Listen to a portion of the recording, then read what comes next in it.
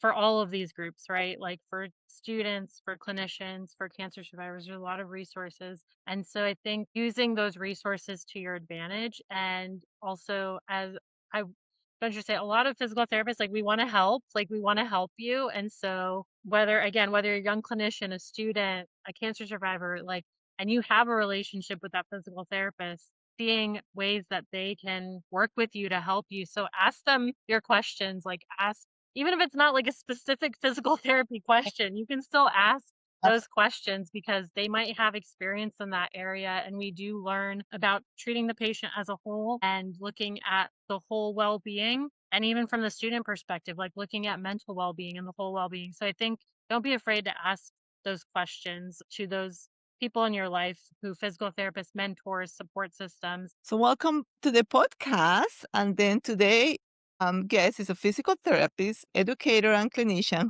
who works bridges rehabilitation, oncology, and academic leadership.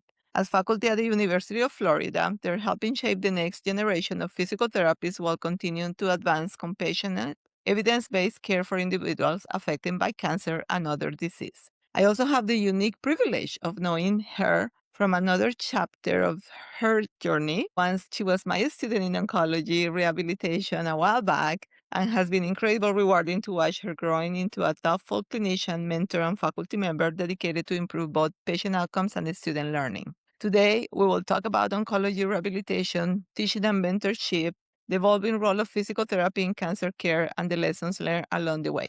So please join me welcoming Dr. Janeen Blythe. Did I say it right? Life. Blythe, sorry. Yeah. No, Board, that's okay. she's a board certified geriatric specialist physical therapist who has been practicing and teaching for the past 8 years. She graduated from the University of Florida Doctor of Physical Therapy program in May on 2018.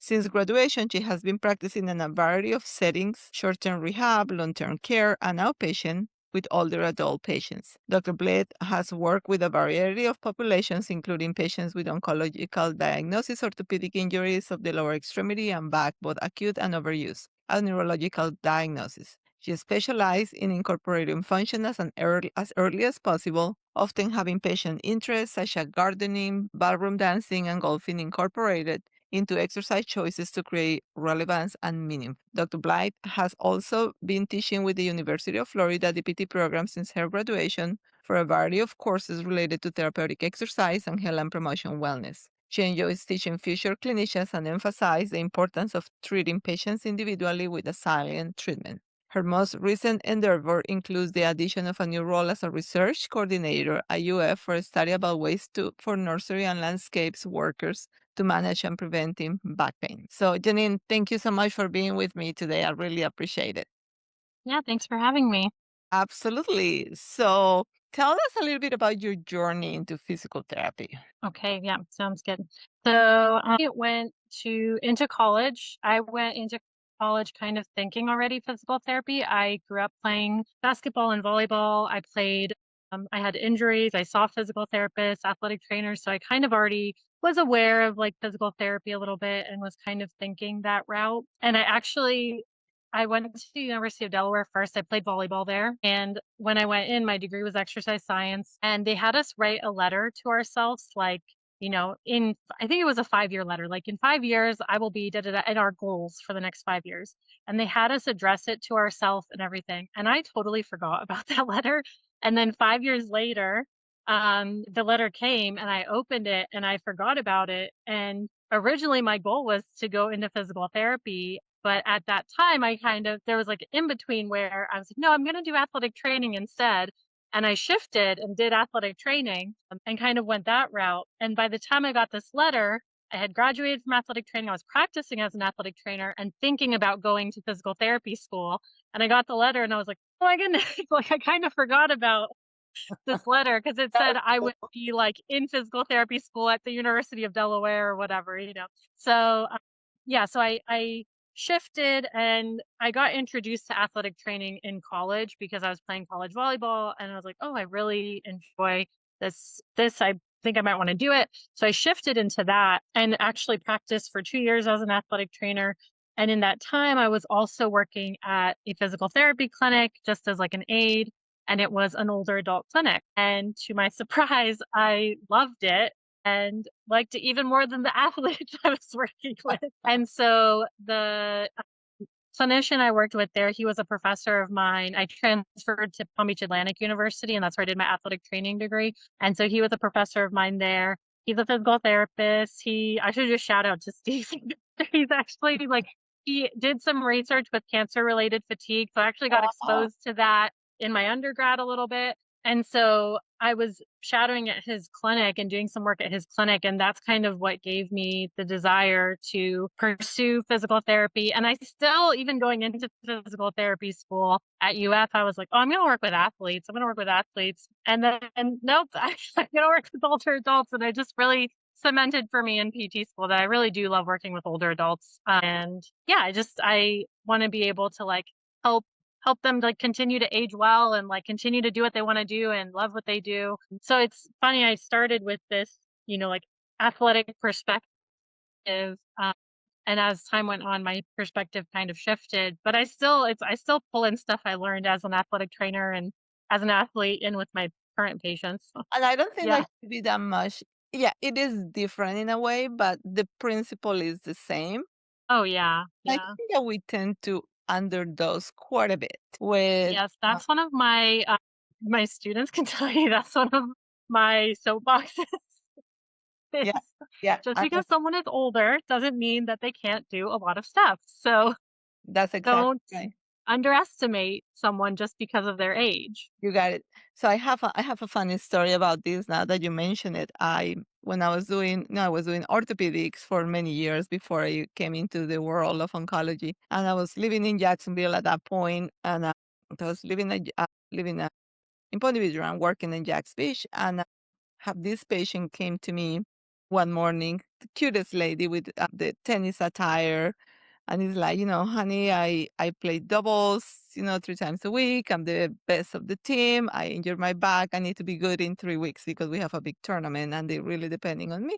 I'm like, yeah, sure. Let's look at your back. And when I look at her age, she was 90 years old. And I was Mhm. like, I did not believe her. I actually asked her for her driving license. Her body, Janine, I want to grow up like her. She was like my idol. I mean, Yeah. amazing. She looks like she was maybe early 70s, if that. Her legs, I mean, you could tell maybe the neck and the hands a little bit, but unbelievable. Like 3 times a week double tennis at 90. And I'm like, that totally changed my perspective of age has nothing to do for what you're capable of doing. And that has been Yeah. Martin from that moment on until now, many years later, is like when I have a patient who tell me, "Oh, no, I'm 80 years old," or even my own mom, "I'm 80 years old. What? No, don't expect me to do that." I'm like, no, that's an excuse. Mm. You Yeah. be able to do anything you wanted if you have a body that can do it. So Yeah. yes, absolutely. But we tend to underdose quite a bit, not just with elders, but in general. So In general, yeah. Yeah. I think that it is You made me think of too when I was a student, and I was one of my clinicals was at a small outpatient clinic in Williston, Florida. So you saw like pretty much everyone there. And we had 3 evaluations that day. I remember the ages were like 30 something, 50 something, and 80 something. And I kind of like in my mind was like, oh, the 80-year-old is gonna be the worst. She was like the best out of all of them. And I was like, why are you here? You're great. You're doing awesome. Like, so that too solidified for me, like, okay, do not assume things based on people's age. correct.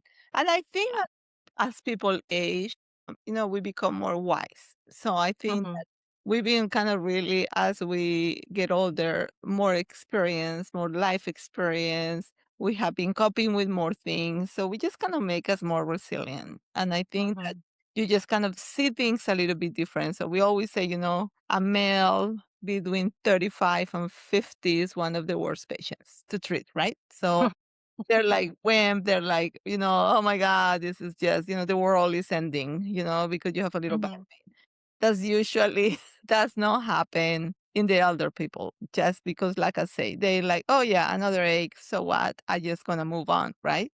Because it's Mhm. more important things that I need to do in life. So yeah, excellent. So what inspired you to pursue a career in academia while continue your passion for patient care? Yeah. So I've always enjoyed teaching, and I had come from a long line of teachers, like, my, like, grandparents' generation, there were a bunch of teachers, principals, and that. My dad was a teacher.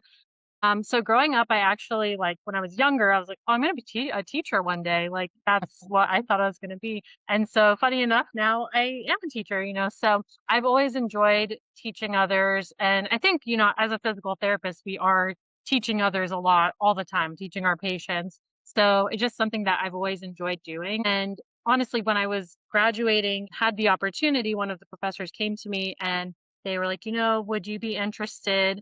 Because I was staying in Gainesville. They were like, "Would you be interested in helping out with one of the classes this summer, like, while you're studying for your boards?" And I was like, "Yeah, I'll help out. I wanna see, like, how it is teaching," and they got me. Ever since then, I've been helping out whenever I can, and initially, I was doing a lot more clinical work, so I would help in semesters where I had more availability, but then as time progressed, like, I actually, we lived in Gainesville until my husband went to UF, so when he graduated in 2020, we moved to North Carolina. So in, like, end of February, beginning of March 2020, I had said, "Hey, in May, we're gonna be moving to North Carolina. I'm not gonna be able to keep teaching." And then, what happened March 2020? I know. Everything went online, and they kind of reached out and were like, "Hey, everything's going online. Would you like to help with, like, transitioning things to online, continue teaching online?" And so I was able to continue teaching, and one of the courses I teach is health promotion and wellness, and it's a lot about communication and, like, how you communicate with patients, and so it really lended itself better online because we were able to do, like, more breakout rooms and stuff,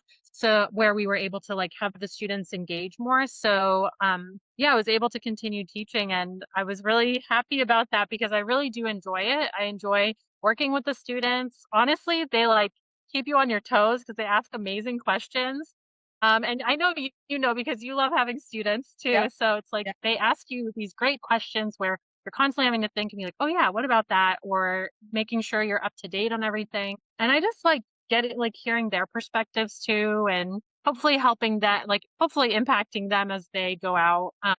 Where things I've seen in the clinic, I can hopefully impart to them, so you don't have to learn through my mistakes. Like you can learn from my mistakes. So, yeah, that I think I hopefully will always have teaching in some form in what I'm doing. I'm sure you will.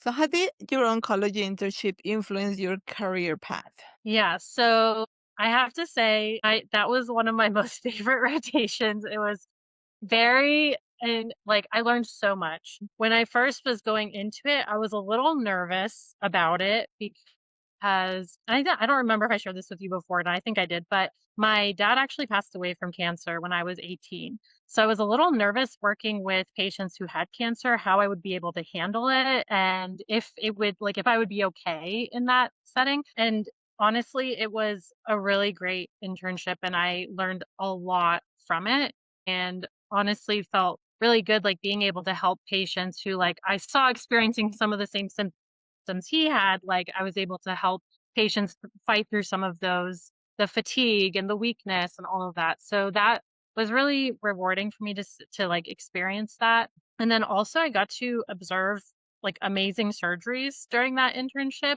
And I have always loved surgery and like watching surgeries in athletic training. We got to watch orthopedic surgeries. And there was one point in my life when I was like, maybe I want to be an orthopedic surgeon, or maybe I want to be a PA for orthopedic surgery.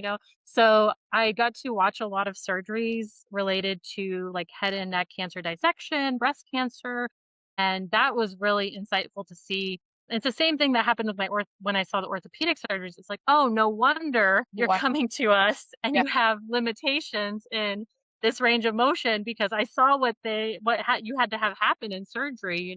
Yeah. So that was really helpful for me to see that. And when I was graduating, or even like throughout my time, I was like, maybe I want to pursue this and go into oncology rehab. Like I was really seriously considering it. And I ended up going into long term care and older adult work. But at the time, like I didn't know. But where I worked, we had a lot of patients who were seen at UF Health and were seen for head and neck cancer or dissection surgeries, and they ended up coming to our facility, and I was the only one there with experience in head like head and neck cancer surgery, manual lymphatic drainage for head and neck cancer. And so I became kind of the point person at this location for the patients who were coming after these surgeries. So at the time when I was doing my internship, I never could have predicted like, oh, in a few years, like I'm not going to be working in oncology rehab, but I'll still be applying all these things I'm learning right now. So it was really interesting to see like how I was able to apply that even in a different setting. And honestly, if I hadn't had that background, some of the, when they're coming to see you in long-term care or short-term rehab, essentially, when they're coming to see you there, the main things are like get them safe to get them home, right? Get them as safe, medically stable, safe so that they can go back home. And a lot of times things like MLD or the manual lymphatic drainage, like that falls to the wayside. No one's thinking about that because that is like so far down the road, right?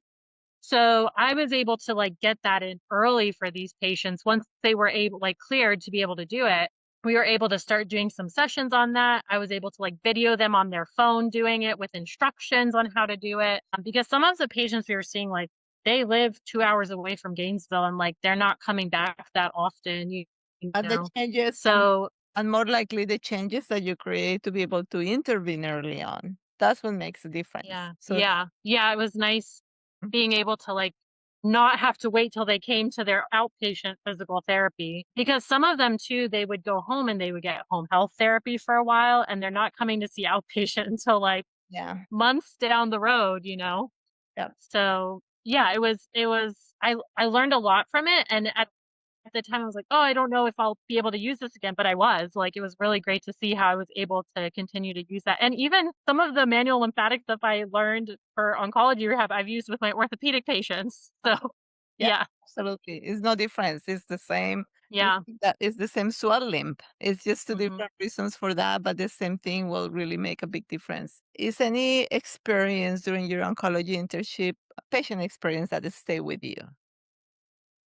Yeah, there was one patient we saw who was a young mom, and she had I think it was either 2 or 3 young kids, and her cancer was pretty progressed. She was stage 4 and progressed. She had liver cancer, and I remember hers hit me, like, the hardest, and I remember seeing, like, one of her things was after surgery, she wanted to be able to pick up her kids again, and so I remember the work we did with her was, like, helping her get back to function and helping her get back to what she wanted to do. And even though the prognosis was not great, it's like we were still able to help her in the time that she had left to be able to do the things she wanted to do, be close to her family, be able to get back to things. And like the impacts of her treatment, we were able to help like reduce the impacts of her treatment and mitigate that so that she could have a more full life and be able to get back to you know, what she wanted to be able to do with her family. So that stuck with me that, the importance of physical therapy for these patients and the importance of like minimizing the impact of their treatment. What are some misconceptions people have about physical therapy in oncology care? I mean, it kind of goes back to the patient I was just talking about. I think sometimes like people may think, oh, there's nothing that you can do, or you can't do a lot as a physical therapist for a patient who is undergoing cancer treatment, or like, yeah, what is physical therapy going to help me with? That's like if I have an injury. So I think getting the word out there that there are a lot of things that physical therapy can help you with, that we can mitigate a lot of the impact of Mhm. treatment, and that I think I've heard you say this or one of our someone else that, a lot of times the focus, right, is to get rid of the cancer, beat the cancer, all of that. But the secondary things that happen and all the symptoms that happen to you, sometimes those things don't get looked at as much. And those are the things that really impact people's lives and like their ability to live how they want to live. And so yes, it's like necessary for you to go through all of these things, but now you have these symptoms that are not letting you live your best life. And so as a physical therapist, we can come in and help you really get you back to function and get you back to what you want to do. And, I said before, like I thought about PA at one point and PT, and I was kind of between the two. And I really decided physical therapy because I really loved the part of like helping patients, working with patients to get them back to what they want to do and get their function back and spending that time with them. And I think another part is a lot of the physical therapists who are involved in oncology rehab, you guys have a lot of resources that these patients may not have. Like they're getting so much information thrown at them Mm. about so many different things. And so you're probably seeing them the most consistently, I would imagine, out of a lot of people. And so it's a great point person to have who can kind of help you navigate some of these things and give you resources for groups or ways that you can help, with some of the treatment side effects and all of that. What do you think is important for PTS? So, why is important for physical therapy students to gain exposure to oncology rehabilitation? I think that's important because, as you can see from my story too that I just shared, is most physical therapists at some point they're going to come work with a patient who either actively has cancer or has had cancer in the past and may have like residual effects from that. And so I think it's important for students to get exposure to that early on and some of those concepts. So even if they're not specializing in that or seeing that patient population primarily, they have those tools available to them. So if they are working with a patient, who that is part of their story, they're able to help them to the best of their ability or know where to find like the information and resources to be able to help that patient. So yeah, I think that a lot of, when students are in school, they might think like, oh, I'm not going to be working with that population, but I would imagine they'll probably see that patient population at some point in their career. Yeah, and I think that what I get as well from students like you were in this here 8 years ago already. God, time I flies. know it's crazy. What I hear a lot was it's not just learning about oncology, it's just learning about life, like Yeah. the people you met day by day and the impact you create in their life is amazing. And definitely it's a life lesson every single time, every single day. So I'm just has it's a privilege to work with them for sure. Yeah. How about your clinical background shape the way you teach DPT students? Yeah, so I alluded to this a little earlier, but yeah, I think my clinical background working with a lot of older adults, seeing what they're capable of, I mean, a big thing for me is like having students not be scared to work with older adults and even like patients who have oncological diagnoses, like not being scared to work with those patients and realizing that they are capable of a lot.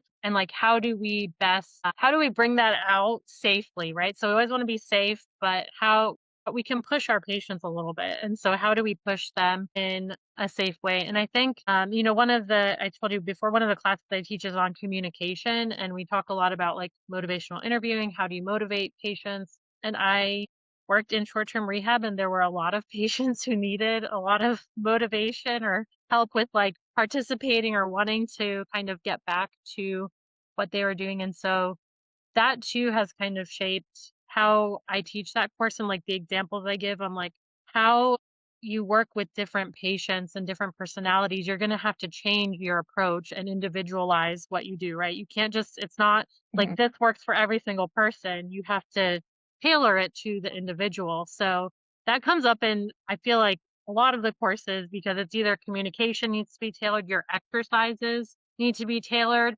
And so really looking at the patient as a whole and like what things are important to them. We talk a lot about the ICF model, right? And like what their personal factors are, the things that they want to get back to, what are their environmental factors that are impacting them. So I've seen that in real life a lot and so I'm able to pull those examples and pull that into my teaching, which I think really helps it make it more meaningful to the students when we're talking about some of these things and like how we communicate with patients. So, yeah, I think having that clinical background is really helpful as a teacher because I'm able to pull directly from examples from what has been going on. Even that's why I like that I'm still currently practicing because I'm able to say, like, yeah, last week I I was saw. working with this patient and this thing we're talking about happened. So you can see how like this is relevant to what you're going to be doing as a physical therapist. And what advice would you give students interested? No, no. First of all, what do you enjoy most about mentoring future physical therapists? Yeah, I love connecting with them and it probably goes back to again why I like working with patients. It's like I love those connections, connecting with them, seeing what brought them into physical therapy and like what they want to hopefully, impact other patients or people in. I also like hopefully helping them become more confident in their skills and like how they work with patients and really empowering them to be confident and say like I can help people. Like I love this profession because we can help a lot of people and like help them get back to things that they want to do. And so I hopefully will instill to them in like that's the thing I like about mentoring them is just like getting to help them make those connections on like they may have come in with some preconceived ideas of what physical therapy is, and then really getting to show them, like, yes, that might be part of it, but you can also make these huge impacts and really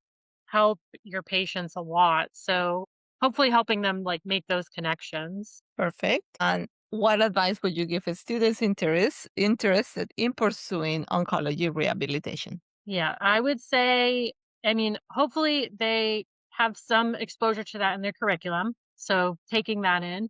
But if you can get an internship in either if it is in a site dedicated to that or a clinician who has some experience with that or sees a handful of those patients, I think for me that's where I learned the most in my schooling. I had some exposure in school. You actually came and did a guest lecture for our class. So I had some exposure beforehand, but where I really learned a lot of what I used in practice was in my internship.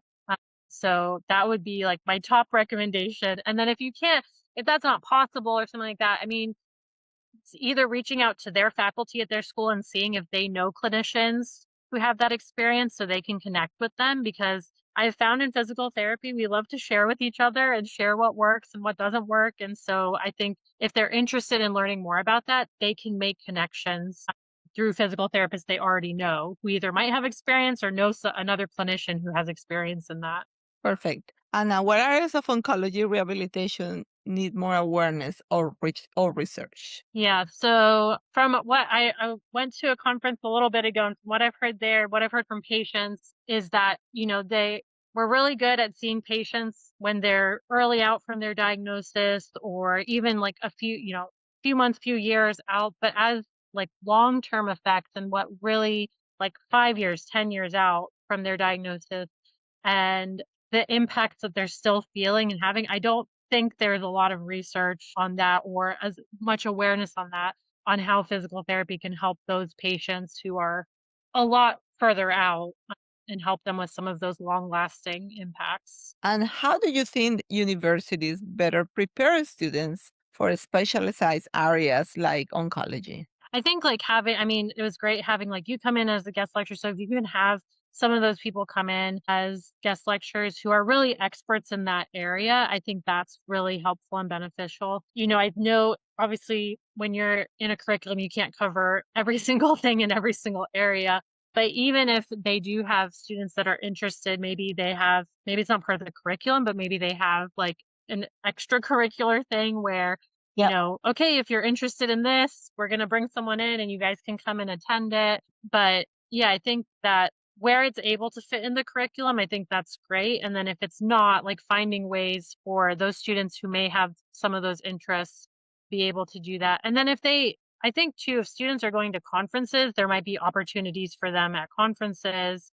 Like if they're going to CSM, there might be opportunities there for them to kind of pursue some of their interests if they're not getting exposed to it as much in their curriculum. Absolutely. That's a really good opportunity as well. One thing I just actually met with Stacy Campbell this week. And we were Mhm, talking about how I wanted to see more oncology in the curriculum just because as we are getting smarter and have a lot more patients that are survivors, we're dealing more mhm. with this sequela of condition from, chemotherapy, radiation, any other cancer treatments. So we were talking about how can hopefully integrate more in the curriculum or actually give kind of like elective, like some other schools do Mm, elective. So some of them yeah, during the summer, people can either choose manual therapy, dry needling, oncology, pelvic. So you can actually, and that's part of the tuition. It's not like yeah, you pay more money for that. And so that's a great opportunity because I have seen a big difference when I have the students coming from those schools. It mhm. makes their life so much easier. It's just so nice to be able to like, oh, yes, I already have a lot of the base, so they don't have to struggle with everything at the same time, how you felt, right? A lot of the students come here and they feel overwhelmed because it's not just dealing with a new Epic system or a new MR system, but as well dealing with these concepts that they're like really have one lecture in the school about it. So I think that's a really good option. So hopefully we're going to start kind of maybe making some. Yeah, that'd be cool. What advice would you give to young clinicians who may want to teach someday? Yeah, so, I guess depending where you're located, right? I mean, there's obviously a lot of online options now too, but we're depending where you're located, if you do have a physical therapy school near you, I think making those connections and finding out how you can get in even to start with like being a teaching assistant. So like there's a class I'm teaching in the summer and it's therapeutic exercise. We work with real patients that come in and work with the students and we need clinicians to come in and help teach the course with us and supervise. So we need a lot of manpower, you know. So I think if young clinicians are interested in teaching, there are opportunities like that at a lot of PT schools where you can come in as from the clinician perspective and provide your expertise and input from that perspective. And then once you kind of have made that connection with some of the professors there, there might be other opportunities for you to, you know, teach more things. I think another way is like taking on students, right, into your as a CI and having students come to you and practicing your teaching skills that way and kind of seeing like what that is like if you enjoy that part of it. So I think that there are ways to definitely start getting involved in teaching in small ways to see if how it fits with what you're doing as a clinician, if you enjoy it, if you want to continue to pursue that, and just depends kind of like what schools are in your area or if you want to do that. And even if there's not any schools in your area, you know, I know they're always looking for internships in all different locations, right, for students. So I think being a clinical instructor could be a great opportunity too. Okay. And if there are like a lot of times too, depending on the setting the young clinician's working in, if you have older clinicians or more experienced clinicians in that setting who are clinical instructors or who have taught, I would reach out to them, you know, and see, you know, what's their advice for, because their advice would be very specific to the clinic you're at and the location you're Right. at. So All right. finding out from them, you know, like if they are teaching a class at the university or if they do have students coming in, what are good first steps for me to take to pursue that? Great. That's a very good advice. If you could go back and give advice to yourself during your oncology internship, what would you say? Pay really good attention. No, I did pay attention, but just be like, "You're gonna use this a lot more." So, yeah, I think honestly, there was like I think you said this, so like it's a lot of information, right, when you're learning it. So sometimes you're like, "Oh my goodness, I cannot remember all of this." And it's like, it's okay. You can't remember every single thing, but just soaking in all that. And because the other thing is you taught us stuff about TMJ as well. So it's like we were doing like oncology rehab, TMJ. So I was learning all this new stuff and it was amazing. But I think just, you know, being like, even if I'm not going to work in that specific setting, this stuff is still applicable across the board, right? So it's not like, oh, if I'm not working in this specific clinic or setting, I'm not going to use this again. I still use the stuff I learned in that internship, even now with patients who are not patients who have an active cancer diagnosis. I'm still using lessons I learned there and even things on like managing patients long term or because a lot of I think something unique too is seeing those patients like a little bit further out or they would come back for check-ins. So like that communication and like what do you do in between? So I think yeah, just pulling some of that me like even if I'm not working in this specific setting, like it's still going to be applicable to me in the future. And what final message would you like to share with students, clinicians, and cancer survivors listening to this episode?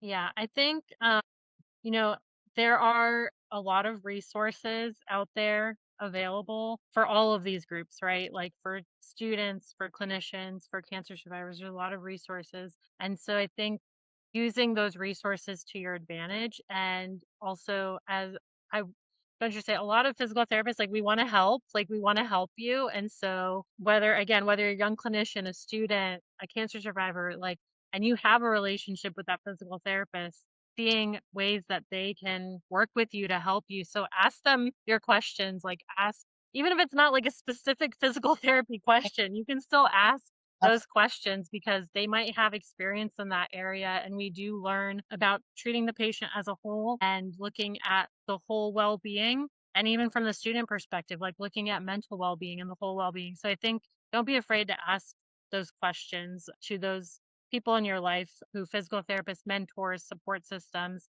I think asking the questions and like digging into that a little bit more and not being afraid that, oh, they might not know this or this is not a good question or something like that. I think using those resources you have available to you.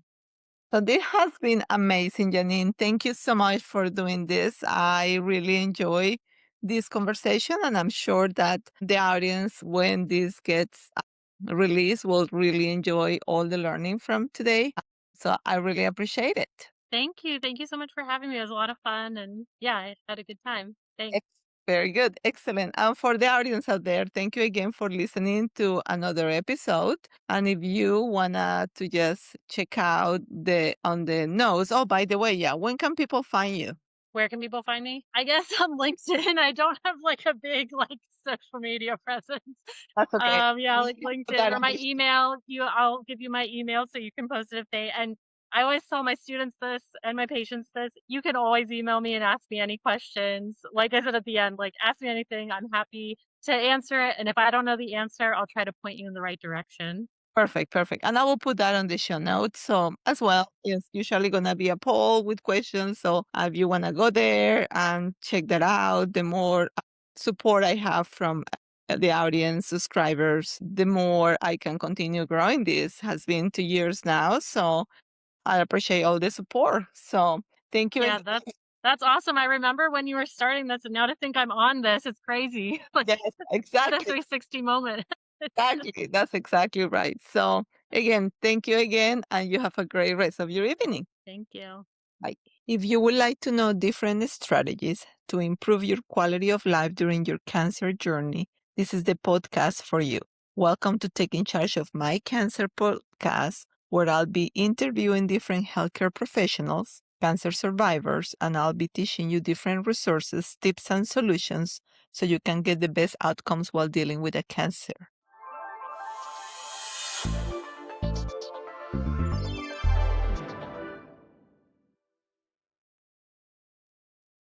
Thank you so much for listening to the latest episode of Taking Charge of My Cancer podcast.